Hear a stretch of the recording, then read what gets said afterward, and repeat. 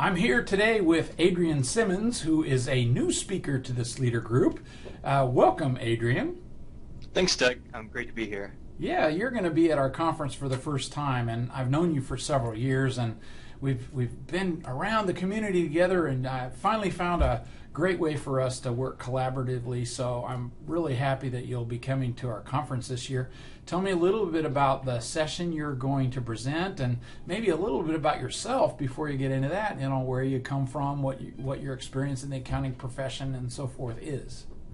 Sure. Just a little background on myself. I'm the chief creative designer here at my firm out of Laurel, Maryland, called Element CPA, and we're actually going through a branding change right now. But it's a practice that I stepped into with my dad a little over 10 years ago now, and before that I was an auditor with KPMG. But we're a team of 4, and we serve the small business and individual market, and also nonprofits, and doing wealth advisory, tax, and accounting. So that's sort of where our focus is and where our passion is. We say we want to help our customers become financially strong so they can focus on what truly matters in life. Great. So, well, a little bit about this session. Or go ahead. Yeah, well, the Sleeter group has like 800 members, and they all sound like your story. Essentially, we're trying to help those small businesses do better, manage their financials better, understand their key performance indicators, those kinds of things, so they can be more successful. We'll handle the accounting, or they will, but we'll coach them on how to do it.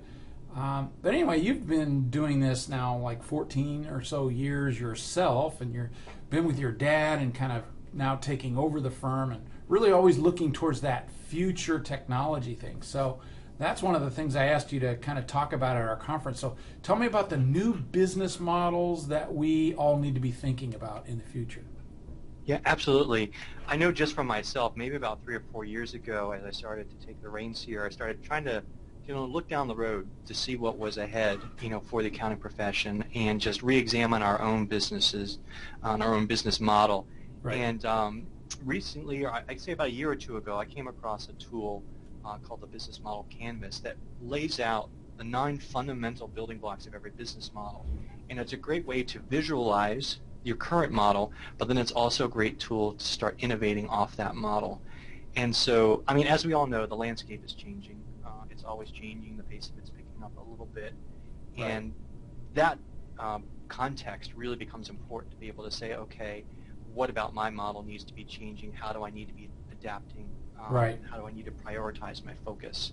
So the session that we're doing at the conference this year is just couple-fold. One is let's get comfortable with this tool. Let's get comfortable with the concept of business models and how it applies to our own firm. And the second goal is to take a look at the results of the Thrival Accounting Laboratories business model prototyping experiment being conducted this summer, and saying what types of things came out of that experiment, where we're trying to ideate, we're prototyping different models. And the third one is to really equip the participants who show up with the tools to start examining their own firm and saying, how do I want to adapt? Right. Where do I want to change my firm so that I'm well positioned for what's ahead? Yeah, well, I've been talking about for several years. We've been in what I call the old world for about 30 years. And this 30-year-old model, if you will, has been about the client having their own accounting software and their own data sitting in their own LANs and servers and desktops. And so their data is in jail, and we can't get at it. And so because of that, just those basic facts, we as a profession have built business models around how to serve clients when their data's in jail and we can't get at it. So that's one of the things that I think is really starting to say, hey, with the cloud, we can really rethink that whole idea of how we serve clients.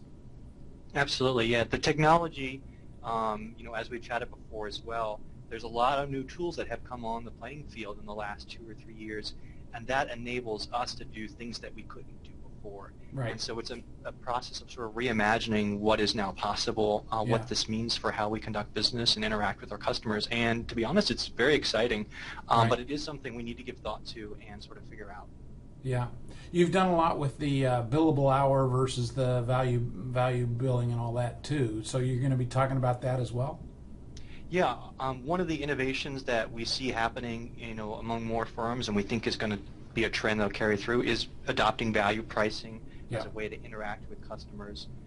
We really see that as it being a customer-friendly and a better way to serve folks. Yeah. You know, technology changes, again, the type of thing we're doing, so we need a pricing strategy that matches the business strategy. Yeah, that's right.